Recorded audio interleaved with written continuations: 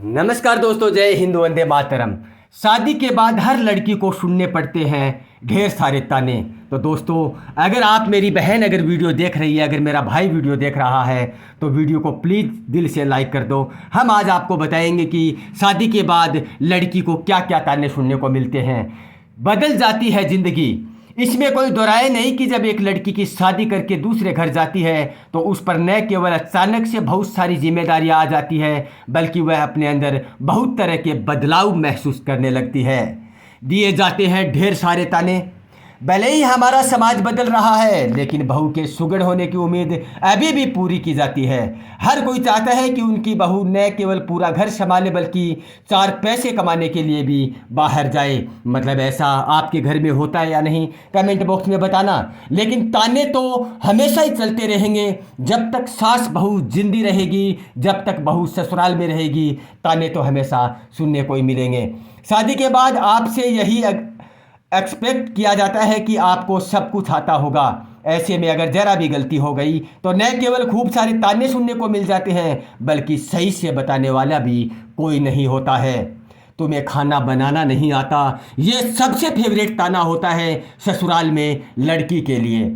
शादी के बाद खाना बनाने का प्रचलन सदियों से महिलाओं के हिस्से में ही आया है। ऐसे में ही जिस लड़की को खाना बनाना नहीं आता, उसे शादी के बाद अपने हस्बैंड और ससुराल के लिए ये ताना सुनने के लिए हमेशा मिलता है। लेकिन कई घर तो ऐसे होते हैं, अगर बहू शानदार खाना बना भी लेती है तो भी उसे छेड़ने के लिए या फिर उसे नापसंद है उसकी गुस्सा निकालने के लिए ये शब्द हमेशा बोले जाते हैं। तो अगर नहीं बोले जाते हैं या नहीं, कमेंट बॉक्स में बताना।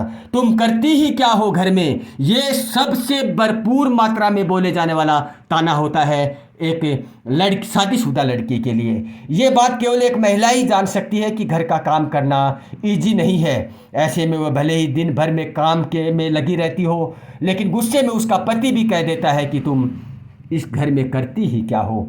ये ताना सुनने के बाद लड़की टूट जाती है। ठीक से कपड़े पहनो।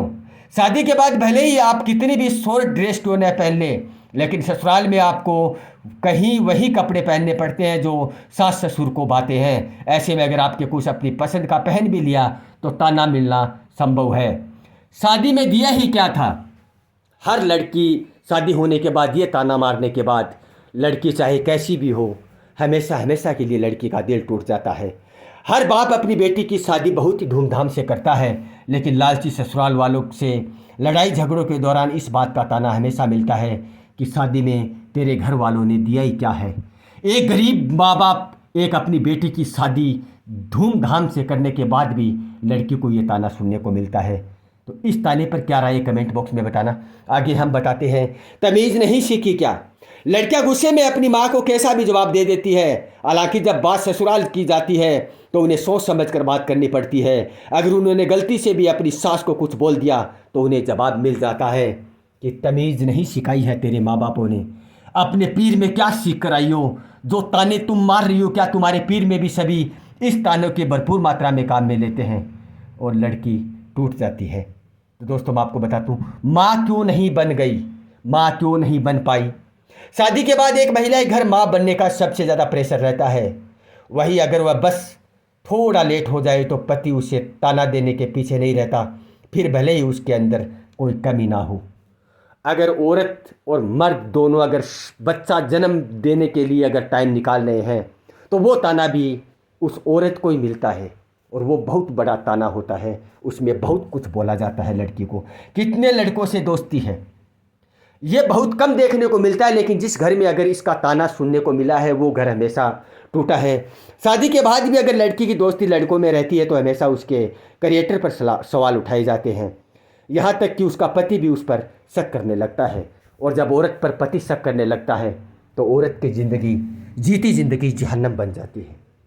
तो दोस्तों, मैंने ये 9-10 बातें आपको बताई है। मेरी प्यारी बहनों, अगर वीडियो देख रही हो तो मैंने आपको जो बातें बताई है, ईमानदारी से बताना कमेंट बॉक्स में कि आपके साथ ऐसी घटना होती है या नहीं। मैं दिल खोल कर कहता हूँ कि ये हर घर की परेशानी है उस औरत के लिए जो शादी करके अपने सास ससुराल में रहती है। तो कमेंट बॉक्स में बताना, वीडियो को लाइक करना, चैनल को सब्सक्राइब करना। जय हिंद, वंदे मातरम।